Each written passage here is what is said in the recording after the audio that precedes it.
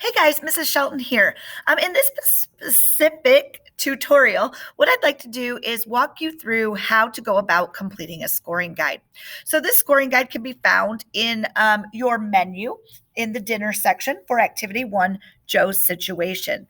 Essentially, the purpose of a scoring guide is to check and make sure that you understand the major content and concepts that are being taught in each activity. You can kind of think of it as a quiz or a check for understanding. But ultimately, the goal is for me to understand that you understand what it is that we're learning about in each and every activity. At the top of a scoring guide, you will see a challenge question. Oftentimes, this question has multiple parts to it, such as this particular question regarding Joe's situation. It's imperative that you answer each and every part of the question and that you do so fully. So, for this particular question, I'm going to ask you to think about this situation. Joe and his father are trying to decide whether he should have a genetic test for Marfan syndrome. Part A asks, based on what you know so far, do you think Joe should be tested? Essentially, this is your opinion, okay? And I will not grade you on your opinion in terms of whether it is right or wrong. Simply the fact that you are able to completely answer the question and use evidence to support your response. In part B, the second part of the question, it asks you about a trade-off. If you remember, your lunch activity was all about trade-offs, defining what they are and making sure that you understand what a trade-off is. So it says a trade-off is an exchange of one outcome for another, or in other words, giving up something that is a benefit or advantage in exchange for something that may be more desirable. I want you to describe a trade-off of your decision. Okay, it's extremely important that you reference the scoring guide in order for you to determine what type of score you want to get. Okay, a level 4 score of complete and correct would earn you 15 out of 15 points.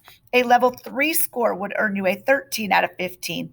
Level 2, 11 out of 15.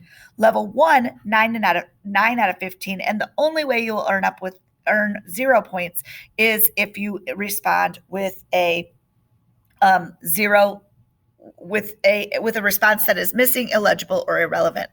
Okay, I want you to make sure that you write using complete sentences and that you capitalize the first word in every sentence and use appropriate punctuation at the end of each of your sentences. So let's take a look at the description of a level 4 response.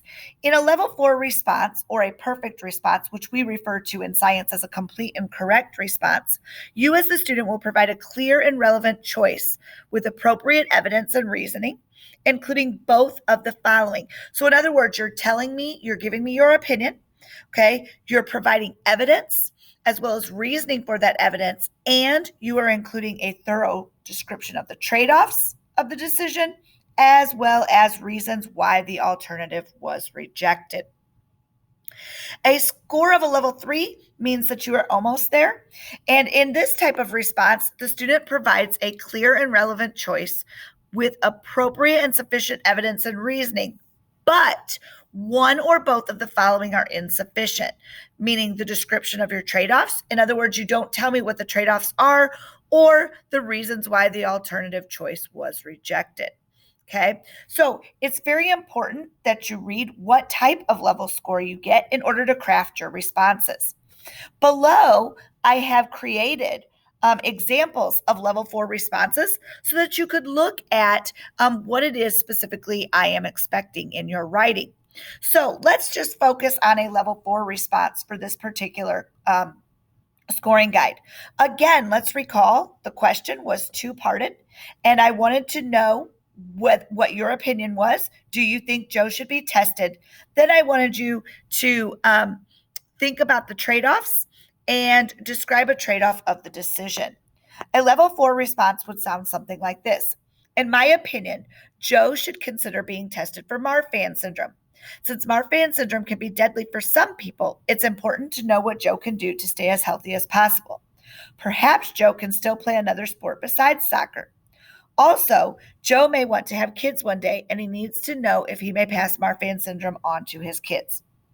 There are some trade-offs to this decision, though. Joe may have to have lots of tests performed.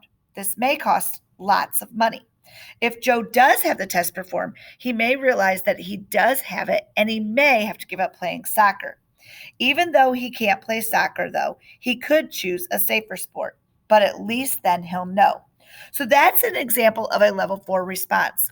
I've included additional examples of a level 3, 2, and 1, as well as a level 0. My hope for you is that you always try for a level 4 or a complete and correct response.